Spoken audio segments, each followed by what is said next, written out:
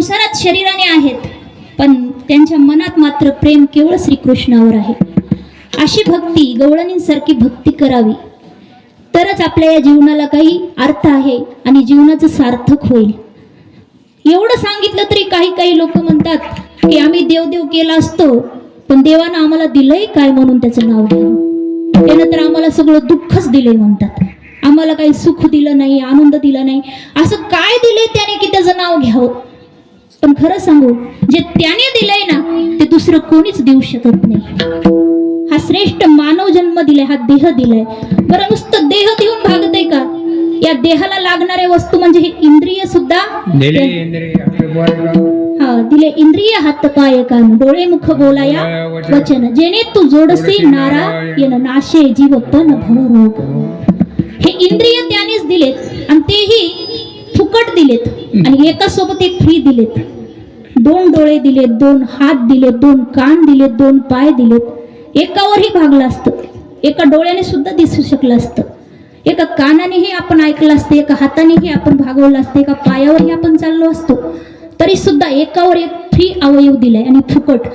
जर याच ठिकाणी देवाने जर म्हटलं असतं मी तुम्हाला नुसतं शरीर देईन आणि बाकीचे इंद्रिय तुम्ही विकत घ्या, घेणं झाले असते का विकत?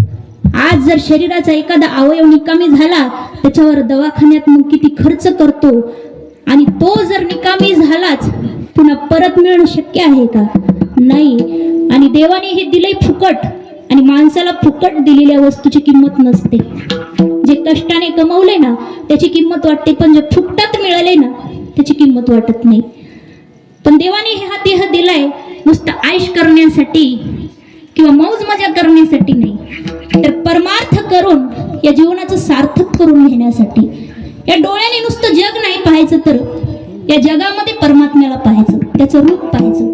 कणाकणामध्ये तो परमात्मा आहे. विठ्ठल जळी स्थळी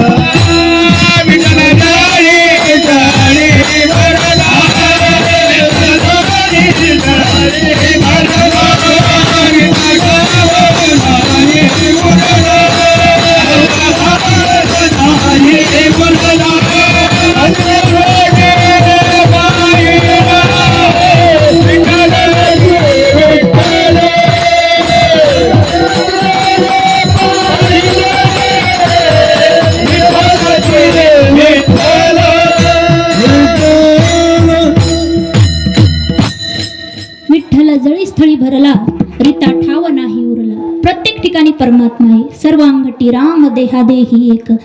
पण ते आपल्या नजरेला कळालं पाहिजे, ते आपल्याला जाणवलं पाहिजे, आपल्याला चराचरात परमात्म्याचं रूप दिसलं पाहिजे. तर या डोळ्याचा काही उपयोग आहे? या डोळ्याने देवाला पाहावं, या कानाने भगवंताच्या कथा ऐकाव्यात, मुखाने भगवंताचं नाम गावं, हाताने दानधर्म करावा, कीर्तनात भजनात टाळी वाजवावी, या हाताने कोणाचं वाटोळं करायचं नाही. आणि पायाने तीर्थयात्रा करावी, पायी तीर्थयात्रा, मुखी राम नाम. असा माणसाच्या जीवनाचा नियम पाहिजे, असं जीवन जगलं पाहिजे. कारण हा जीव त्याच्या सत्तेने चालतो, हा जीव त्यानेच दिलाय, सर्व जगावर त्याची सत्ता आहे आणि परमात्मा आपला स्वामी आहे, मालक आहे. म्हणून त्याला शरण जा अभंगाच्या पहिल्या चरणात.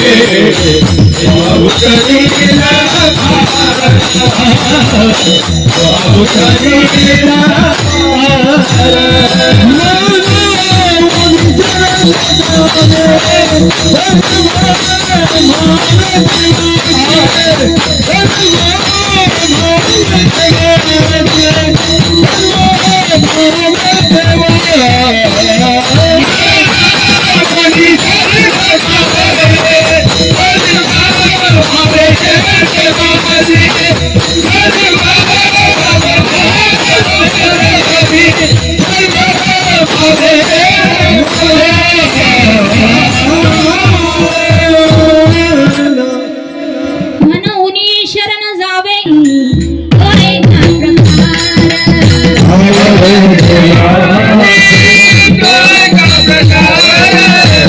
आवडे